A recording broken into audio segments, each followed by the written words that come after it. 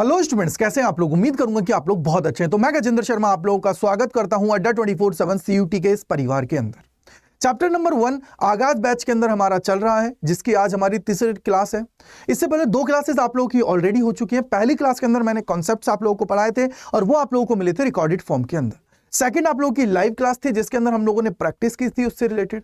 आज हम लोग तीसरी क्लास के अंदर आए हैं, जहां मैं आप लोगों को कॉन्सेप्ट सिखाने वाला हूं और इससे रिलेटेड कल आप लोगों को प्रैक्टिस कराने वाला हूं लाइव के अंदर। आई होप कि आप लोगों को सारे प्रॉब्लम्स हैं उनको दूर हो चुकी होंगी। चैप्टर नंबर 1 के अंदर अभी तक हमने क्या क्या पढ़ लिया है और क्या हम लोग आज पढ़ने वाले हैं वो मैं बता देता हूं। चैप्टर नंबर 1 के अंदर अभी तक मैंने आप लोगों को इलेक्ट्रिक चार्ज के बारे में समझा दिया था, कैसे क्या होता है, कितने टाइप्स का होता है, प्रॉपर्टीज को हम लोगों ने देखा था। इन सारी चीजों को हम लोगों ने चैप्टर जो पहली क्लास हमारी हुई थी चैप्टर 1 की, उसके अंदर हम लोगों ने कंप्लीट कर लिया है।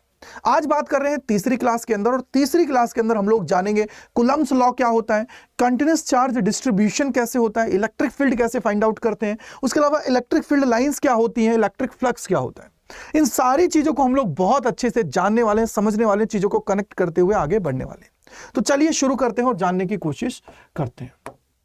सबसे इंपॉर्टेंट जो होता है वो होता है कुलम्ब्स लॉ की। सर इसके अंदर कैसे क्या चीजें होती हैं, तो मैं कुलम्ब्स लॉ आप लोगों को समझाने वाला हूं, चीजों को कनेक्ट कराने वाला हूं। तो कुलम्ब्स लॉ की शुरुआत कहां से हुई? बोलो सर, ये कुलम्ब्स लॉ है हमारे किसने दिया था? कुलम्ब्स ने दिया था। और इसके अंदर इन्होंने कंसीडर किया था चार्जेस को। हमने अभी तक जान लिया है कि सर हमने 2 प्रकार के चार्जेस हमारे पास होते हैं, या तो कोई पॉजिटिव चार्ज होगा या नेगेटिव चार्ज होगा। पॉजिटिव चार्ज होंगे तो उनके अंदर जो लगेगा फोर्स वो लगेगा रिपल्शन का, 2 एक जैसे चार्जेस होंगे उनके अंदर। और जब अलग अलग चार्जेस होते हैं तो उनके बीच में लगेगा अट्रैक्शन का फोर्स। ये हमने अभी तक पढ़ लिया था। वही कहानी हमें बताई किसने? यहां पे कुलम्ब्स ने, और उन्होंने हमें एक फोर्स का फॉर्मूला दिया। वो कैसे आया, कैसे चीजें होती हैं, चलिए हम लोग जानने की कोशिश करते हैं। तो सबसे पहले आप लोगों को कंसीडर करना होता है यहां पे 2 पॉइंट चार्ज। अब ये पॉइंट चार्ज का मतलब क्या होता है? What is the meaning of point charge? कि सर 2 हमने यहां पे पॉइंट चार्ज लिए हैं। अब पॉइंट चार्ज का मतलब है बेटा कि जिनकी रेडियस बहुत बहुत कम है उनको बोला जाता है पॉइंट चार्ज। तो बेसिकली ये वैलिड किसके लिए? पॉइंट चार्जेस के लिए। रेडियस अगर यहां पे ज्यादा हो जाएगी तो फिर यहां पे प्रॉब्लम्स क्रिएट हो जाएंगी। फॉर एग्जांपल अगर मैं बोलता हूं कि सर इनके बीच की लेंथ है उससे ज्यादा अगर रेडियस हो जाती है तो फिर ये कंडीशन फुलफिल नहीं होगी, क्योंकि इन्होंने क्लियर कट बोला कि इनके बीच की जो डिस्टेंस है वो हमेशा ज्यादा होगी एज कंपेयर टू इसकी रेडियस के। यानी कि रेडियस को मैं ऑलमोस्ट नेग्लिजिबल मान लेता हूं, जिसलिए ये पॉइंट के कंसीडर हो जाएगा। तो मान लीजिए यह आपके पास क्या है बेटा? 2 चार्जेस हैं। ये एक पॉजिटिव चार्ज मान लीजिए, दूसरा नेगेटिव चार्ज मान लीजिए, या मैं बोलता हूं कि दोनों मैंने पॉजिटिव मान लिए हैं कि ये भैया Q1 है और ये मेरा क्या है? Q2 है। ये 2 चार्जेस है मेरे पास Q1 और Q2, और ये एक दूसरे से थोड़ी दूरी के ऊपर स्थित है। मान लीजिए मैंने बोला कि इनके बीच की दूरी क्या है बेटा? वो है R। अब आप सभी जानते हो कि अगर इनके बीच की दूरी r है और इनके Q1 Q2 हमारे क्या है? चार्जेस है, तो आप सभी को पता है कि सर ये जितना ज्यादा एक दूसरे के पास पास आएंगे उतना ज्यादा फोर्स होगा, और जितना ये एक दूसरे से दूर दूर जाएंगे उतना ही फोर्स कम लगेगा। यानी कि यहां पे एक चीज मुझे समझ में आ गई कि जो फोर्स है वो इनवर्सली प्रोपोर्शनल है बीच की दूरी के, राइट है। और अगर हम लोग यहां पे फोर्स की बात करते हैं तो फोर्स हमारा क्या होता है? डायरेक्टली प्रोपोर्शनल होता है Q1 और Q2 के प्रोडक्ट के, राइट है। ये हमें यहां पे इसने बोला था। सेकंड, फोर्स जो होता है वो इनवर्सली प्रोपोर्शनल होता है इन दोनों के बीच की दूरी के वर्ग के, स्क्वायर के, राइट है। यानी कि इनवर्सली प्रोपोर्शनल है इन दोनों के बीच की दूरी के स्क्वायर के, आर के, जो इसको आर स्क्वायर हो गया। इन दोनों को जब हम लोग कंबाइंड करके लिखते हैं, तो F इज इक्वल टू, अगर मैं उससे पहले लिखूं तो F proportional to Q1 Q2 divided by क्या हो जाएगा मेरे भैया? R square. और आप सभी जानते हो कि जब इसके बीच का ये प्रोपोर्शनलिटी साइन को हटाया जाता है तो एक कांस्टेंट हम लोगों को लेना पड़ेगा। तो ये हमने यहां से इसको हटाया, तो हमने यहां पे क्या ले लिया है? K हमने कांस्टेंट ले लिया है, और ये क्या हो जाएगा? Q1 Q2 डिवाइडेड बाई क्या हो जाएगा? R स्क्वायर, राइट है। तो ये हमारे पास बेसिकली फॉर्मूला आ गया है फोर्स का, कि Q1 Q2 upon R square. Q1 Q2 यहां पे क्या है? चार्जेस है। बोला सर Q1 Q2 की अगर मैं बात करता हूं तो क्या है यहां पे? Q1 और Q2 वो हमारे हैं बेटा चार्ज, राइट है। और यहां पे R की बात करते हैं तो R हमारी क्या है? बीच की डिस्टेंस है, ना कि रेडियस। रेडियस कंसीडर मत कर लेना, नहीं तो न्यूमेरिकल्स और जो सवाल होते हैं उनमें फंस जाओगे, क्योंकि वो तुम्हें बोलेगा कि भैया यहां पे आप लोग रेडियस को बढ़ा रहे हो, कम कर रहे हो उससे। तो तुम्हें पता होना चाहिए कि R डिस्टेंस है दोनों चार्जेस के बीच की, ना कि रेडियस। समझ में आ गया होगा। अब यहां पे जो ये K होता है के की जब बात की जाती है तो के की वैल्यू क्या होती है, चलिए हम लोग देख लेते हैं। अगर एयर और वैक्यूम की बात की जाती है तो 1/4 पाई एप्सिलॉन नॉट हम लोग इसको लिख देते हैं। क्यों? क्योंकि अगर इसको और थोड़ा सॉल्व करना है तो क्या होगा, देखिए आप सभी को पता है कि यहां पे जो ये के है, के की वैल्यू 1/4 पाई एप्सिलॉन नॉट है। एक हमारी होती है रिलेटिव, अब ये जो बराबर होती है ना वो होती है ई अपॉन में एप्सिलॉन नॉट की। और अगर मैं ई की बात करता हूं तो ई आर एप्सिलॉन नॉट आप लोगों को देखने को मिलता है।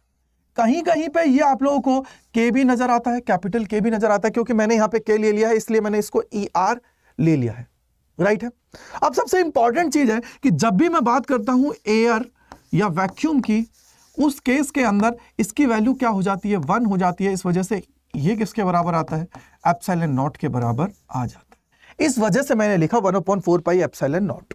ये आपको समझ में आ गया होगा, क्योंकि फ्री स्पेस के लिए के की वैल्यू क्या हो जाती है, 1। के की बोल दिए, या इसी को आप लोग बोल दीजिए ई आर। क्यों? क्योंकि बेटा यहां पे देखो ये स्मॉल के है, ये स्मॉल के है, और वो आपको कैपिटल के लेना पड़ेगा। तो इसलिए थोड़ा सा आपको ध्यान रखना है कि या तो ई आर लिख दीजिए या कैपिटल के लिख लीजिए अगर इसको स्मॉल के ले रहे हो आप लोग, जिससे क्या है आप लोगों को समझ में आ जाए। डाइलेक्ट्रिक कांस्टेंट हम लोग उसको कंसीडर कर लेते हैं। और के की वैल्यू की हम लोग जब बात करते हैं फ्री स्पेस और वैक्यूम के अंदर, फ्री स्पेस के अंदर, तो इसकी वैल्यू होती है 9 × 10⁻⁹ यूनिट क्या होती है। तो भैया देखो के की यूनिट की बात की जाएगी तो के क्या होता है, देखो यहां से के को लिखोगे तो क्या हो जाएगा, फोर्स r² डिवाइडेड बाई क्या हो जाएगा बेटा, Q1 Q2। और जब फोर्स की बात करते हो तो newton metre square divided by क्या हो जाएगा, कूलम स्क्वायर। इसको लिख लो, और क्या लिख सकते हो, न्यूटन मीटर स्क्वायर कूलम -2। इस तरीके से आप लोग इसको लिख सकते हो, कोई दिक्कत की बात नहीं है। ये हमारे पास आ गई है इसकी यूनिट। तो बेसिकली ये आप लोगों का होता है कूलम्स, जो आपको पता होना चाहिए। यहां पे एप्सिलॉन नॉट की वैल्यू क्या होती है, 8.85 × 10⁻⁻12। यूनिट क्या होगी निकाल सकते हो। बोले सर अगर मैं यहां से के की बात कर रहा हूं तो के की यूनिट क्या है भैया, मेरी newton metre square divided by क्या है, कूलम स्क्वायर। यहां पे अगर इसको लिखोगे तो 1/4 पाई एप्सिलॉन नॉट है, बाकी सब कांस्टेंट है, तो यह आ जाएगा एप्सिलॉन नॉट क्या हो जाएगा, कूलम स्क्वायर न्यूटन -1 मीटर -2। तो ये तुम्हारी इसकी यूनिट हो जाएगी। तो इस तरीके से तुम्हें कूलम्स लॉ के बारे में पता होना चाहिए। यहां से न्यूमेरिकल आप लोगों का बनता है, न्यूमेरिकल आप लोगों का कंसीडर होता है। इसके बाद में इसकी वेक्टर फॉर्म भी होती है। वेक्टर फॉर्म के अंदर जो बोर्ड के एग्जाम्स में लिखने को कभी कभी आ जाता है, रिसेंटली नहीं पूछ रहा है तो उसको मैं इसलिए यहाँ पे अभी नहीं करा रहा हूं। बाकी आप लोग वेक्टर फॉर्म को भी इसकी समझ सकते हो। वेक्टर फॉर्म में कुछ नहीं है, हम लोग कैप के फॉर्म में इसके रख देते हैं, पोजीशन वेक्टर के फॉर्म में हम लोग इसको सॉल्व करने लग जाते हैं। राइट, आई होप कि आपके सारे डाउट क्लियर हो गए होंगे। अब चलते हैं आगे। यहां पे बात आती है ना, देखो कुछ क्या होता है कंटीन्यूअस चार्ज डिस्ट्रीब्यूशन। क्या मतलब है कंटीन्यूअस चार्ज डिस्ट्रीब्यूशन का? देखो भैया चार्ज हम लोग 3 तरीके से डिस्ट्रीब्यूट करते हैं। या तो हम लोग बोले कि सर मैंने कोई रॉड ले रखी है उसकी सरफेस पे हो गया, या मैंने कोई स्फीयर ले रखा है उसकी सरफेस पे हो गया, और थर्ड है सर सॉलिड का केस। यानी कि किसी लेंथ के अलोंग मैं बनाता हूं, किसी लेंथ के अलोंग अगर मैं डिस्ट्रीब्यूशन करता हूं तो उसको हम लोग क्या बोलेंगे, लीनियर चार्ज डिस्ट्रीब्यूशन। किसी सरफेस के अलोंग, उसकी सरफेस के ऊपर लेके जाता हूं तो यानी कि उसके एरिया के अलोंग सरफेस पे, तो क्या हुआ, सरफेस चार्ज डेंसिटी या डिस्ट्रीब्यूशन। थर्ड होता है वॉल्यूम, उसके वॉल्यूम के अंदर। जैसे समझने की कोशिश करिएगा, मैंने बोला सर मेरे पास एक कोई लीनियर है, यानी कि एक रॉड है। मैंने बोला ठीक है, अब ये रॉड है, ठीक है, मान लीजिए क्या हो गया, रॉड है ये, ठीक है बेटा। अगर ये रॉड है, हमने क्या किया, यहां पे चार्ज को डिस्ट्रीब्यूट कर दिया, यानी कि चार्ज क्या है, लीनियरली डिस्ट्रीब्यूट है। अगर लीनियरली डिस्ट्रीब्यूट है तो कैसे बोलेंगे, यानी कि जब भी चार्ज पर यूनिट लेंथ के अलोंग होता है, क्या होता है, चार्ज पर यूनिट लेंथ के अलोंग होता है, तो उसको हम लोग बोलते हैं लीनियर चार्ज डिस्ट्रीब्यूशन, जिसको हम लोग लैम्डा से डिनोट करते हैं, चार्ज पर यूनिट लेंथ। कि यार इस लेंथ के अलोंग मेरा कितना चार्ज है, उसको हम लोग यहां पे लिखते हैं, क्या लिखते हैं, charge per unit length, per unit length. अब सेकंड होता है जिसको हम लोग बोलते हैं सरफेस। सरफेस का मतलब क्या हुआ, कैसे आप लोग डिसाइड करोगे भैया, सरफेस की बात है, मान लीजिए मेरे पास एक स्फीयर है, ये थोड़ा सा अजीब सा बन गया है, वापस बनाते हैं इसको थोड़ा सा। हाँ, हम लोग लिखते हैं, देखो ये मेरे पास क्या है, कोई स्फीयर है, ये स्फीयर है, ठीक है बेटा। और ये स्फीयर है, इसकी सरफेस के ऊपर हमारा चार्ज क्या है, डिस्ट्रीब्यूटेड है। ये आप लोग जब गॉस लॉ पढ़ोगे ना तो उसके अंदर पढ़ोगे, गॉस लॉ के अंदर जब आप लोग होलो की स्फीयर की बात करोगे या कंडक्टिंग सॉलिड की बात करोगे तो उस केस में क्या होगा, चार्ज आप लोगों का सरफेस के ऊपर चला जाएगा, सरफेस के ऊपर चला जाएगा। तो उस केस को आप लोग यहां पे बोलते हो। तो इसकी सरफेस के ऊपर है, और सरफेस के ऊपर है तो हम लोग क्या लिखेंगे, बोला सर इसको लिखते हैं sigma charge per unit area, कि इसका एरिया जितना है पर यूनिट एरिया के अंदर कितना चार्ज हमारा डिस्ट्रीब्यूटेड है उसकी बात करें। अगर मैं छोटे से हिस्से के लिए निकालता हूं तो सिग्मा dq बाई dA भी इसको लिख सकता हूं, बोलो राइट है। और थर्ड जो होता है वो होता है बेटा सरफेस के अंदर, यानी कि सॉलिड केस है, यानी कि उसके वॉल्यूम के अंदर हम लोगों को देखने को मिलेगा, उस तरीके के डिस्ट्रीब्यूशन की बात करते हैं। तो भैया ये वॉल्यूम के अंदर जो डिस्ट्रीब्यूशन होता है, ये देखिए आपको समझ में आ ही रहा होगा, इसको हम लोग बोलते हैं वॉल्यूम चार्ज डिस्ट्रीब्यूशन। तो ये तुम्हारा है वॉल्यूम के अंदर, तो ये है वॉल्यूम के अंदर। तो इसको बोला जाता है बेटा क्या, इसको बोला जाता है volume charge, volume charge distribution, यानी कि इसके वॉल्यूम के अंदर है ये। इसको डेंसिटी भी बोल देते हैं और इसको डिस्ट्रीब्यूशन भी बोल देते हैं, तो दोनों में कंफ्यूज होने की बात नहीं है। यानी कि गुरुदेव अगर ये वॉल्यूम के अंदर है तो इसका मतलब क्या हुआ, इसका सिंबल हम लोग क्या लेंगे, रो लेंगे, is equal to charge per unit volume. तो भैया कितना, और ये कहां यूज होगा बेटा, जब तुम लोग सॉलिड स्फीयर के अंदर नॉन कंडक्टिंग की कंडीशन देखोगे, उस केस में तुम्हें यहां पे लगाना पड़ेगा वॉल्यूम का, वॉल्यूम का केस आपको लगाना पड़ेगा सॉलिड के केस में। तो इसलिए आपको ये सारी चीजें पता होनी चाहिए, कहां कहां किसका यूज है, किस तरीके से इसके अंदर चीजें होती हैं, उन सारी चीजों के बारे में आप सभी को पता होना चाहिए। आगे चलते हैं और जानने की कोशिश करते हैं, वो है इलेक्ट्रिक फील्ड। इलेक्ट्रिक फील्ड का मतलब क्या हुआ यार, इलेक्ट्रिक फील्ड क्या होता है। अगर मान लो मैं बोलता हूं कि सर मैं अकेला यहां पे हूं और मेरे चारों तरफ एक एरिया है जिसके अंदर अगर कोई भी चार्ज दूसरा आता है तो वो एक फोर्स को महसूस करेगा, वो क्या करेगा, एक फोर्स को महसूस करेगा। यानी कि सर मेरा जो चार्ज हूं मैं, मेरी वजह से जो इलेक्ट्रिक फील्ड की स्ट्रेंथ है r दूरी के ऊपर, यानी कि एक पॉइंट चार्ज की वजह से r डिस्टेंस के ऊपर कोई भी इलेक्ट्रिक फील्ड की जो स्ट्रेंथ है उसको हम लोग इलेक्ट्रिक फील्ड बोल देते हैं, उससे रिलेटेड फील्ड बोल देते हैं। यानी कि उसके अंदर अगर कोई भी आता है तो उसको फोर्स महसूस होगा, ऐसा नहीं होगा कि वो फोर्स महसूस नहीं करेगा, फोर्स होगा। कितना होता है, इसके लिए आप लोग डायरेक्ट याद रखिएगा कि E इज इक्वल टू कितना होता है, मतलब सर ये हो जाता है K Q divided by R square. बस ये याद रख लीजिए कि इलेक्ट्रिक फील्ड क्या होता है। अब यहां तक तो छोटी बातें थी ये सारी, सिर्फ कूलम्ब्स लॉ बहुत इंपॉर्टेंट था, उसके बाद में जो है उसको हम लोग देखने की कोशिश करते हैं। जैसे ये आप लोगों ने देखा कि ये चार्ज है, इसकी वजह से इसके अंदर अगर ये आता है इसके पास तो ये क्या करेगा, इस पे फोर्स लगाएगा इस डायरेक्शन के अंदर। क्यों, इसका ये पॉजिटिव है, पॉजिटिव को लेके आओगे तो वो क्या करेगा, रिपल्सन फोर्स लगाएगा। अब बारी आती है इलेक्ट्रिक फील्ड लाइंस की कि सर कैसे हम लोग डिफाइन करते हैं। चलिए देखिए, आप सभी ने देखा होगा कि सर प्लस की जब भी बात की जाती है तो प्लस जो चार्ज होता है, इससे भी जितनी भी हमारी फील्ड लाइंस होती हैं वो हमेशा क्या करती हैं, बाहर की तरफ जाती हैं। कहां करती हैं, बाहर की तरफ जाती हैं, यानी कि रेडियली आउटवर्ड डायरेक्शन के अंदर ये होती हैं। ठीक है बेटा, बाहर की तरफ ये सारी की सारी क्या होती हैं, जाती हैं इस केस के अंदर। बोलो राइट है। ये किसकी बात कर रहा हूं मैं, पॉजिटिव चार्ज की बात करता हूं। यानी कि सर इलेक्ट्रिक फील्ड लाइंस है, पॉजिटिव चार्ज के केस में क्या होती है, ऐसा लगता है कि इनफाइनाइट से क्या हो रही है, जा रही है, यहां से चार्ज से इनफाइनिटी की तरफ जा रही है। और अगर यही नेगेटिव चार्ज होता तो क्या होता मेरे भाई, नेगेटिव चार्ज होता तो क्या होता, नेगेटिव चार्ज के केस में क्या होता है सर, फील्ड लाइंस ऐसा लगता है कि जैसे इन्फिनिटी से क्या कर रही है, आ रही है। क्या कर रही है बेटा, इन्फिनिटी से हमारी आ रही है। समझ में आई बात, इन्फिनिटी से क्या हो रही है बेटा जी, ऐसा लगता है कि जैसे इन्फिनिटी से वो आती हुई हमें नजर आ रही है।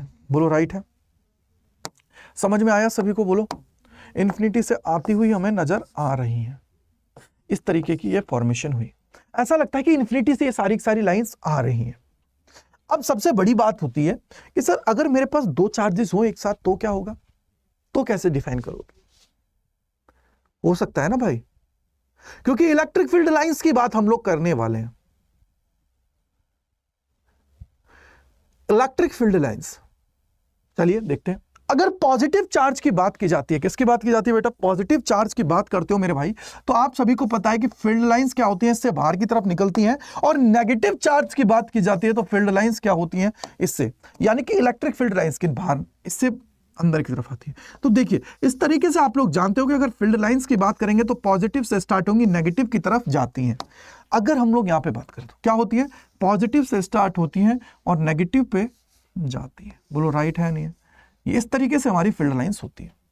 बोलो राइट है सर। और इनकी जो टेंजेंट होती है, जो हमारी टेंजेंट होती है इनकी, वो हमें क्या बताती है? इलेक्ट्रिक फील्ड की डायरेक्शन को बताती है कि सर हमारी इलेक्ट्रिक फील्ड की डायरेक्शन क्या है, यानी कि डायरेक्शन क्या है? पॉजिटिव टू नेगेटिव हमारी इलेक्ट्रिक फील्ड की डायरेक्शन है। तो ये हर जगह इनकी जो टेंजेंट होगी वो हमें बताएगी इलेक्ट्रिक फील्ड की डायरेक्शन को। बोलो राइट है। अगर ये तुम्हें समझ में आ गया भैया मेरे, तो अब तुम्हें पता होना चाहिए कि सर क्या ऐसा पॉसिबल है कि ये दो फील्ड लाइंस एक दूसरे को कैंसिल आउट कर दें? क्या ऐसी पॉसिबिलिटीज है? बोला सर ऐसी कभी नहीं होगी। क्यों? क्योंकि अगर दो फील्ड लाइंस एक दूसरे को क्रॉस करेंगी तो उस केस के अंदर आप लोगों को दो फील्ड लाइंस क्रॉस करने की वजह से दो इलेक्ट्रिक फील्ड की डायरेक्शन मिलेंगी, दो इलेक्ट्रिक फील्ड की डायरेक्शन मिलेंगी, जो कभी भी पॉसिबल नहीं है। भैया डायरेक्शन तो एक ही होगी ना, ऐसा थोड़ी दो क्रॉस कर रही हैं, ऐसा कभी नहीं होगा। तो उसके अकॉर्डिंग क्या हुआ कि सर दो इलेक्ट्रिक फील्ड लाइंस है वो नेवर, कभी भी एक दूसरे को क्रॉस नहीं करेंगी। पहली कंडीशन, सर अगर अकेला पॉजिटिव चार्ज हमारे पास है तो फील्ड लाइंस क्या करेंगे? इन्फिनिटी की तरफ जाएंगी। अगर नेगेटिव चार्ज है तो इन्फिनिटी से आती हुई लगेंगी। अगर पॉजिटिव और नेगेटिव चार्ज है तो फील्ड लाइंस क्या करती हैं? पॉजिटिव से नेगेटिव की तरफ जाती हैं। और हमेशा ये क्या बनाती है बेटा? ओपन लूप बनाती हैं। बोलो सर ओपन लूप, ये तो नया वर्ड है, क्या मतलब है इसका? ओपन लूप का मतलब है बेटा कि ये फील्ड लाइंस पॉजिटिव से स्टार्ट हो रही है, नेगेटिव पे जाके खत्म हो रही है। पॉजिटिव से स्टार्ट हो रही है, नेगेटिव पे जाके खत्म हो रही है। अगर ये पॉजिटिव से स्टार्ट होके वापस पॉजिटिव पे ये आ जाती तो उस केस में हम लोग बोलते कि ये क्लोज लूप बना रही है। लेकिन यहां पे केस क्या है कि सर पॉजिटिव से स्टार्ट होके नेगेटिव पे जाके खत्म हो रही है। राइट है, ओपन लूप है। Second condition, never cross each other, never cross each other, कभी भी एक दूसरे को क्रॉस नहीं करेंगे। ऐसी पॉसिबिलिटीज नहीं कि एक दूसरे को ये कभी भी क्रॉस कर जाए। और फील्ड लाइंस क्या होंगी? पॉजिटिव से स्टार्ट होंगी और नेगेटिव तक जाएंगी। अब यहां पे इनको ये मतलब नहीं है, अगर मान लो इसी के पास अगर कोई यहां पे नेगेटिव होता ना भैया, फील्ड लाइंस यहां पे चली जाती, उसको मतलब नहीं है कि वो मेरा नेगेटिव, उसको मतलब ही नहीं है। उसको सिर्फ ये पता है कि जो मेरे पास नेगेटिव आएगा मैं उसकी तरफ जाऊंगी। ऐसा नहीं है कि ये सिर्फ उसको पहचानेगी कि भैया वो मेरा नेगेटिव है या नहीं है, उससे कोई मतलब नहीं है इसको। ये हमेशा क्या करेगी? जो इसके पास में जो होगा उसके पास जाएंगी, अगर नेगेटिव चार्ज है तो। राइट है भाई। अगली बारी आती है इलेक्ट्रिक फ्लक्स की, जो बहुत इंपॉर्टेंट है। यहां से एक सवाल आपका आने ही वाला होता है 100%। एक सवाल, एक क्वेश्चन आपका आएगा ही आएगा। इलेक्ट्रिक फ्लक्स का मतलब क्या हुआ? What is the meaning of electric flux? कि sir total number of lines जो इलेक्ट्रिक फील्ड की हैं किसी भी एक सरफेस को क्रॉस करती हैं तो उसको हम लोग उससे रिलेटेड इलेक्ट्रिक फ्लक्स कह देते हैं। कैसे समझिए? फॉर एग्जांपल मेरे सामने इस तरीके की कोई शेप है और फील्ड लाइंस क्या कर रही है? इसके अंदर से निकल के जा रही है, तो उसको हम लोग क्या बोलेंगे? इससे रिलेटेड फ्लक्स। दिमाग में बैठ गया? आई होप कि बैठ गया होगा। अब दो केसेस है इसके अंदर। फ्लक्स को लिखते कैसे? तो भैया फ्लक्स का जो रिप्रेजेंटेशन है उसको हम लोग लिखते हैं phi is equal to E dot D A का वेक्टर। मतलब सर क्या समझ में आया? डी ए का वेक्टर बोल दीजिए, या मैं इसी को बोल देता हूं फाई इज इक्वल टू ई का वेक्टर डॉट ए का वेक्टर। मतलब ई का मतलब हुआ इलेक्ट्रिक फील्ड वेक्टर,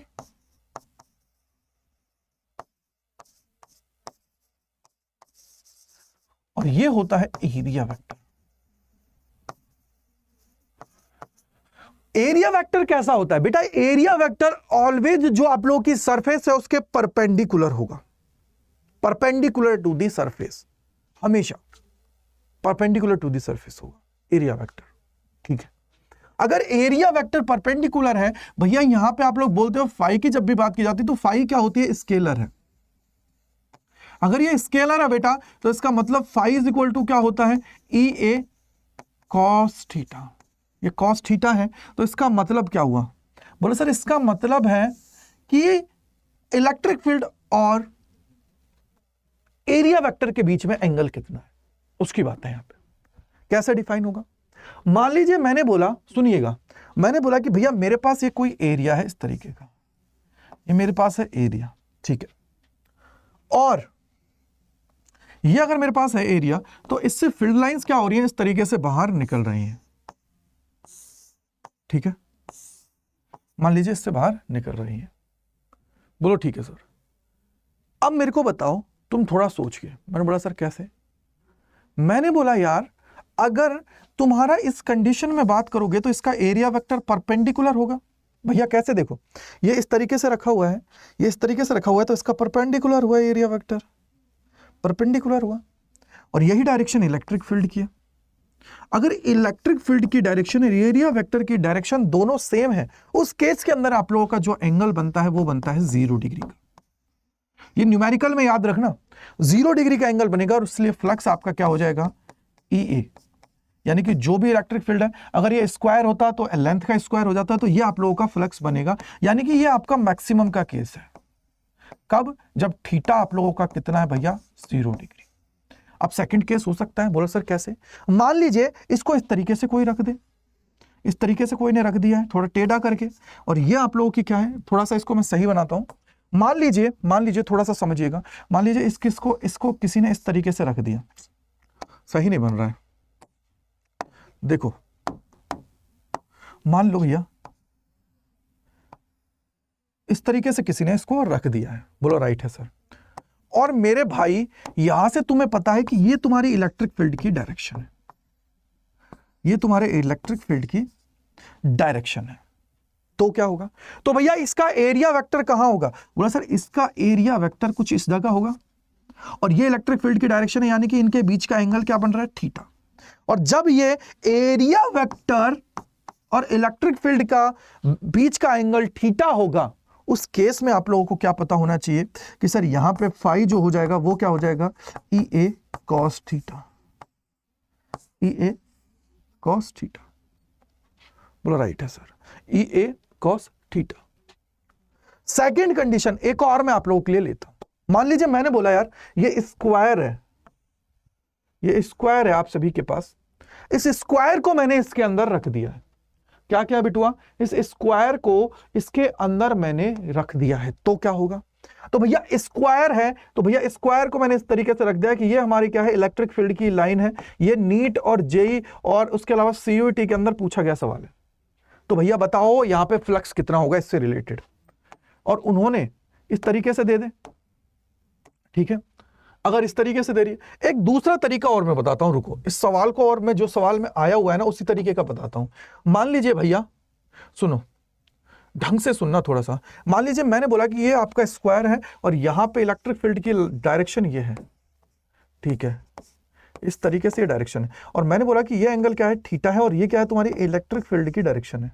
मैंने बोला ठीक है सर, भैया मेरे मुझे एक चीज बताओगे तुम कि अगर इस सरफेस का एरिया वेक्टर निकलेगा तो कहां निकलेगा, इस सरफेस की बात कर रहा हूं भैया। सरफेस इस तरीके की है, ऐसे रखी हुई है सरफेस, इसका area vector perpendicular to the direction, perpendicular होगा ना, परपेंडिकुलर होगा, तो भैया इसकी डायरेक्शन क्या होगी, बोला सर ये डायरेक्शन होगी इधर, और अगर इधर डायरेक्शन है, इलेक्ट्रिक फील्ड की डायरेक्शन ये है, तो भैया एक चीज मुझे बताओ, अब ये तुम्हें पता लग रहा है ना, बोला सर देखो ये हमारा क्या परपेंडिकुलर है इस तरीके से है ये, और फील्ड की डायरेक्शन है इस तरीके से, तो भैया दोनों के बीच का एंगल कितना बनेगा, देखो इस तरीके से रखो, इसके दोनों के बीच का एंगल कितना बनेगा, दोनों के बीच का एंगल जो बनेगा मेरे भैया वो बनेगा 90 डिग्री, और जब भी 90 डिग्री बनेगा तो इस केस के अंदर आप लोगों का जो फ्लक्स होगा वो कितना हो जाएगा, 0। क्यों 0 हो जाएगा, क्योंकि कॉस 90 पे आप लोगों की वैल्यू कितनी हो जाती है, 0। cos 90 पे आप लोगों की वैल्यू हो जाती है 0। तो इसलिए आप लोगों को यह पता होना चाहिए कि सर फ्लक्स से रिलेटेड अगर सवाल आता है तो आप लोगों को इस तरीके से कंसीडर करना पड़ेगा।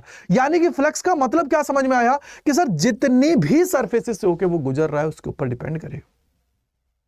एक आपका गॉस लॉ से कनेक्ट करा के पूछ लिया जाता है, कैसे देखिए, क्योंकि गॉस लॉ आप लोग आगे जाके पढ़ोगे, जहां पे आप लोग फ्लक्स पढ़ोगे कि क्यू बटे पे क्या हो जाता है, एप्सिलॉन नॉट हो जाता है, यही होता है। लेकिन सर मान लीजिए अगर मैंने कोई क्यूब ले लिया है इस तरीके का, ठीक है भैया, इस तरीके का मैंने कोई क्यूब ले लिया है, तो उस केस के अंदर क्या होगा, देखो ये क्यूब ले लिया है और मेरे भाई अगर चार्ज को मैं यहां पे रख देता हूं, क्यू है, इसको यहां पे रख देता हूं, तो मुझसे बोलेगा बताओ इससे रिलेटेड फ्लक्स कितना होगा। ये सवाल आए हुए हैं, इससे रिलेटेड फ्लक्स कितना होगा। भैया याद रखना, इससे रिलेटेड जो फ्लक्स होता है ना वो कितना होता है, तो phi is equal to 1/n epsilon naught, और ये ऊपर आ जाता है क्यू। कैसे कि यहां से देखिए एक सरफेस इससे जाएगा, एक सरफेस ऊपर से जाएगा, एक सरफेस अंदर से जाएगा, एक सरफेस इधर से जाएगा, एक सरफेस नीचे वाली से जाएगा, और देखो 1 2 3 4, अब देखो यहां से देखो 1 2 3 4 5 6, तो टोटल कितने बार में जाएगा, ये देखो इस तरह, एक इधर जाएगा, टोटल कितने जा रहा है भैया, 6 में से जाएगा, और 6 में से जाएगा तो इससे रिलेटेड जो फ्लक्स हो जाएगा वो कितना हो जाएगा, Q अपॉन में 6 एप्सिलॉन नॉट। तो आप लोगों को देखना है कि कितनी सरफेसेस से होके वो जा रहा है, जितनी सरफेसेस हैं उससे डिवाइड कर दो। कल को अगर यहां पे 8 होता तो 8 से कर देते, कल को अगर 10 होता तो 10 से कर देते, तुम्हें पता लग जाता कि इससे रिलेटेड फ्लक्स कितना होगा।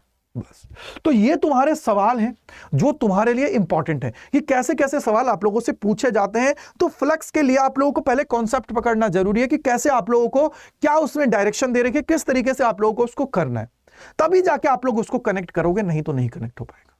समझ में आई बात? आई होप कि आप लोग इसको कनेक्ट कर पा रहे होंगे जो सवाल मैंने आपको कराया है। अब सबसे इंपॉर्टेंट चीज होती है कि सर यहां पे हमने फ्लक्स देखा है, और क्या हो सकता है इसके अंदर, क्या पूछा जा सकता है। तो जैसे आप लोगों को पहले मैंने बताया था फील्ड लाइंस के अंदर, भैया फील्ड लाइंस मोस्टली मैंने आपको बता दिया है कि प्लस से क्या करेंगे, नेगेटिव की तरफ जाएंगे, राइट। कभी भी दो फील्ड जो आपके इलेक्ट्रिक फील्ड लाइन से कभी भी एक दूसरे को क्रॉस नहीं करेंगी। क्यों? क्योंकि अगर वो एक दूसरे को क्रॉस करेंगी तो दो फील्ड की डायरेक्शन मिलेगी, जो कभी भी पॉसिबल नहीं है। तो इस तरीके से आप लोगों को इसके कॉन्सेप्ट पे काम करने की जरूरत है और समझने की जरूरत है। आई होप कि आपके डाउट सारे क्लियर हो गए होंगे, और मैंने बहुत बेहतरीन ढंग से इन चीजों को आप लोगों को कनेक्ट करा दिया है। आज की क्लास के अंदर कौन कौन सी चीजें हैं वो आप लोगों की थी, Coulomb's law, continuous charge distribution, electric field lines और इलेक्ट्रिक फ्लक्स। इन सभी को मैंने बहुत प्यार से आपको समझा दिया है। तो कल हम लोग मिलेंगे इसके क्वेश्चंस के साथ लाइव सेशन के अंदर। तो भैया जुड़ना ना भूलें मेरे साथ, और सबसे इंपॉर्टेंट चीज है चैनल को सब्सक्राइब कर लीजिए इसी प्रकार की मोस्ट इंपॉर्टेंट क्लासेस के लिए, जिससे आप लोगों का पूरा डर है फिजिक्स का वो दूर हो जाए। कमेंट सेक्शन के अंदर बताइएगा कि कैसा लगा आप सभी को वीडियो। आई होप कि आपके सारे डाउट्स क्लियर हो गए होंगे। Thank you and bye bye to all. मिलते हैं इसी प्रकार की और वीडियोस में अड्डा 24/7 CUT चैनल के ऊपर। Thank you and bye bye to all.